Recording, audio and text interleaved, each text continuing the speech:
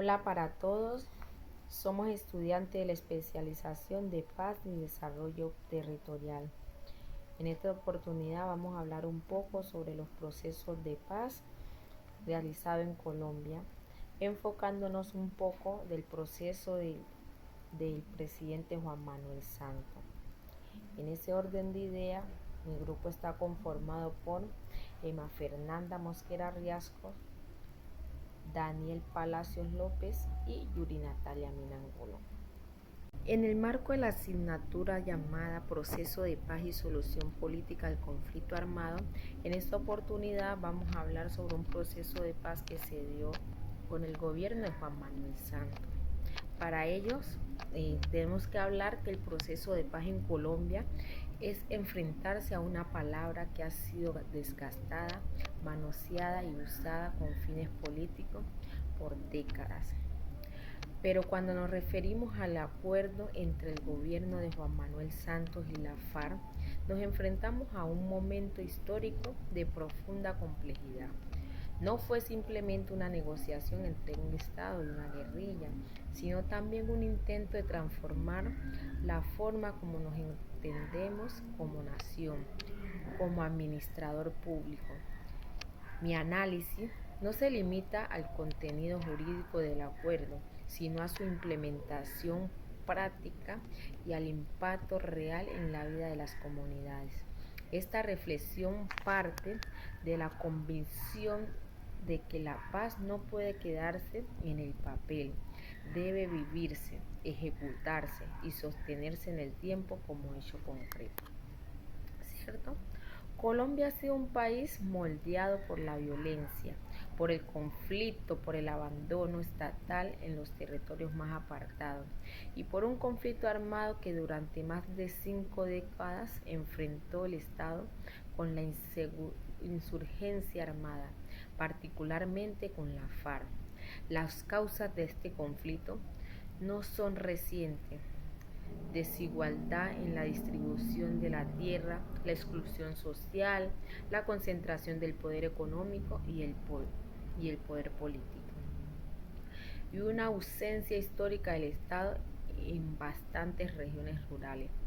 El gobierno de Juan Manuel Santos debe decidir abrir una negociación formal con esta guerrilla, asumiendo un enorme costo político en un país polarizado. Se firmó un cese bilateral del fuego, se reconoció el conflicto armado interno, algo en muchos sectores políticos se negociaba aceptar, y se abrió una mesa de diálogo en La Habana que estructuró un acuerdo sin antecedentes a la historia reciente del país. Pero, a pesar de las múltiples críticas, el proceso de paz tuvo aciertos estructurales que no deben ser ignorados. Entre los aciertos que nosotros reconocemos está el acuerdo que incluye un enfoque de derechos reconociendo las víctimas como eje central de la negociación.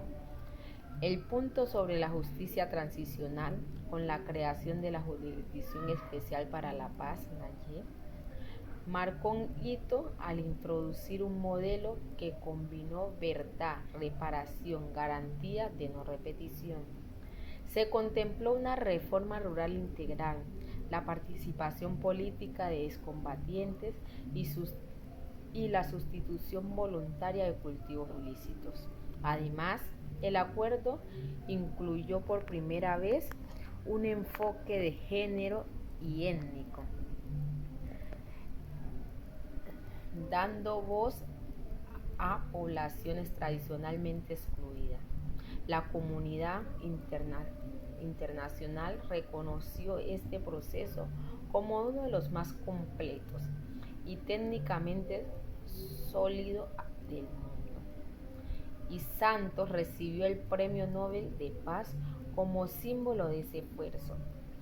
Pero no obstante, la firma fue apenas el comienzo de un camino con muchos desafiantes. Entre los desaciertos del proceso podemos mirar que el principal error del gobierno fue no haber construido un consenso nacional. La falta de pedagogía adecuada provocó que amplios sectores sociales vieran el acuerdo como una concesión a los criminales y no como una apuesta por la reconciliación. La derrota del sí en el plebiscito del 2016 dejó evidencia una profunda desconexión entre el lenguaje del Estado y la percepción ciudadana. A ello se suma una implementación lenta, fragmentada y en muchos casos simbólica. A más de 8 años de la firma, gran parte de los compromisos de la reforma rural siguen sin cumplirse. Muchos excombatientes han sido asesinados y en zonas donde antes operaba la FARC ahora hay presencia de disidencias, ELNs, grupos armados residuales y bandas criminales. En vez de un Estado robusto, llegó una institucionalidad débil y mal coordinada. Y también se generó el riesgo de revictimización y frustración de los territorios. Y que eso no es algo que esté en el imaginario, sino es algo que es real y creciente. Pero ¿cómo conectamos esto con la teoría de paz que hemos visto en clase?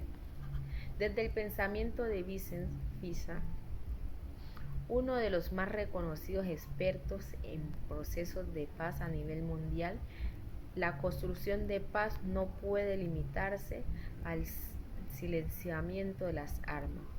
En su obra Alto al Fuego del 2010, FIFA plantea que un proceso de paz genuino debe trascender la firma de un acuerdo y comprometerse con la transformación de las causas estructurales del conflicto. En el caso colombiano, el proceso liderado por el gobierno de Juan Manuel Santos logró avances importantes en la desmovilización de la FARC, configurando lo que FIFA consideraría una forma de paz negativa, es decir, la ausencia de violencia directa. Pero no obstante, FIFA advierte que este tipo de paz resulta insuficiente si no se acompaña de políticas públicas orientadas a la justicia social, la equidad territorial, la restitución de los derechos y la democratización del poder. En línea con lo propuesto por FISA, la sostenibilidad de la paz en Colombia requiere el fortalecimiento institucional, de la presencia efectiva del Estado en las regiones y de mecanismos reales de participación ciudadana. La paz no puede gestionarse exclusivamente desde los centros de poder, debe construirse desde los márgenes, en los municipios que históricamente han sido excluidos, en el tejido comunitario y en las agendas sociales de base. Como lo afirma el propio autor, la paz no se decreta, se practica, se implementa, se vive. En ese sentido, el Acuerdo de La Habana fue ambicioso en su diseño, pero ha enfrentado múltiples obstáculos en su ejecución, precisamente por no haber comprendido del todo esta dimensión transformadora que FIFA defiende como eje central de cualquier proceso de paz duradero. Pero desde la visión administrativa pública también se puede decir que desde el campo de la administración pública es evidente la implementación del acuerdo que ha carecido de una verdadera articulación institucional. Se creó una arquitectura institucional excesivamente compleja, con oficinas, agencias y mecanismos que en muchos casos operan sin coordinación ni seguimiento eficiente. En municipios como Certegui o Bojayá, con el conflicto dejó huellas profundas. Los recursos llegan tarde, mal distribuidos o simplemente no llegan. Profundo, la ausencia de la planeación participativa, el incumplimiento de metas, inversiones y la falta de seguimiento ciudadano han debilitado los procesos. La paz necesita gestores públicos comprometidos, con enfoque territorial, con capacidades reales y con autonomía para actuar. Sin esa base, la implementación seguiría siendo una tarea pendiente. La reincorporación económica, por ejemplo, no se logra solo con crédito, se requiere acompañamiento, educación, tejido comunitario y seguridad integral.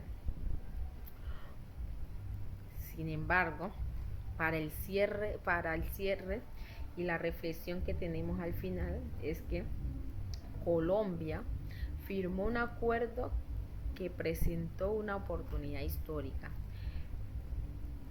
Pero firmar no basta. Construir la paz implica asumir responsabilidades, incluso frente a lo que se ha logrado. Se requiere voluntad política sostenida, más allá de los gobiernos de turno. Se requiere también una ciudadanía que entienda que la paz no es concesión, sino transformación. No podemos permitir que la guerra se nos normalice, ni que se nos incumpla, ni que el incumplimiento se justifique.